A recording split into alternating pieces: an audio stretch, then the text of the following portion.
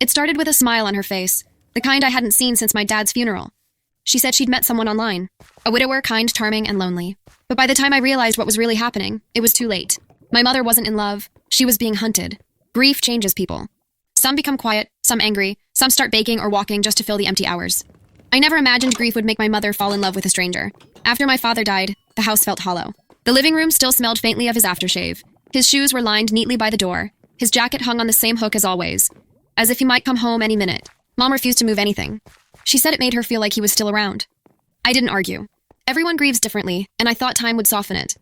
I tried to visit every weekend. We'd have tea, go over bills, sometimes just sit in silence while the television murmured in the background. She looked smaller every time, as if loneliness had quietly stolen inches from her height. Then one Sunday evening, I noticed something new. She kept glancing at her phone, smiling. Not the polite someone texted me smile, but the kind that makes your eyes brighten for real. I asked what was so funny, and she said, "Oh, nothing, just a group I joined. Some widows talking about cooking." Her tone was casual, but her cheeks were pink. Later that week, she mentioned a name, David. She said it like she'd been waiting to say it aloud. He was an architect working in Dubai, she explained, helping design some big hotel project. He'd lost his wife 2 years ago and joined the same widows support group on Facebook.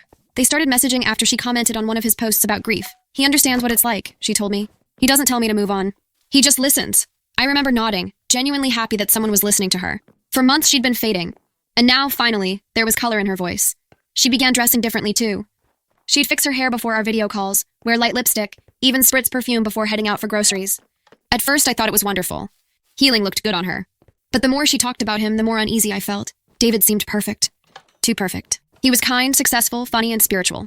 He texted her, "Good morning, beautiful," before breakfast, and "Sweet dreams, my love," at night. Mom read those messages out loud like poetry. She said things like, "He makes me feel seen again," and I smiled because I didn't want to ruin it.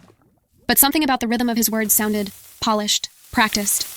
A month later, I visited her in our old brick house in suburban Texas, the one with the wind chime Dad hung the year they retired. The kitchen smelled like coffee and vanilla candles. Mom was humming while baking muffins, her phone propped up on the counter. Every few minutes it pinged.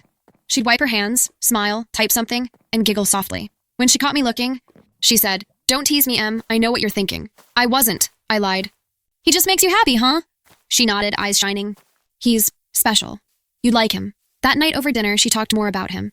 His childhood, his travels, the hotel project he was leading. She knew every detail. But when I asked how they communicated, video calls maybe, she said, "The connection where he's working is bad, but he sends voice notes sometimes." I felt a small warning bell.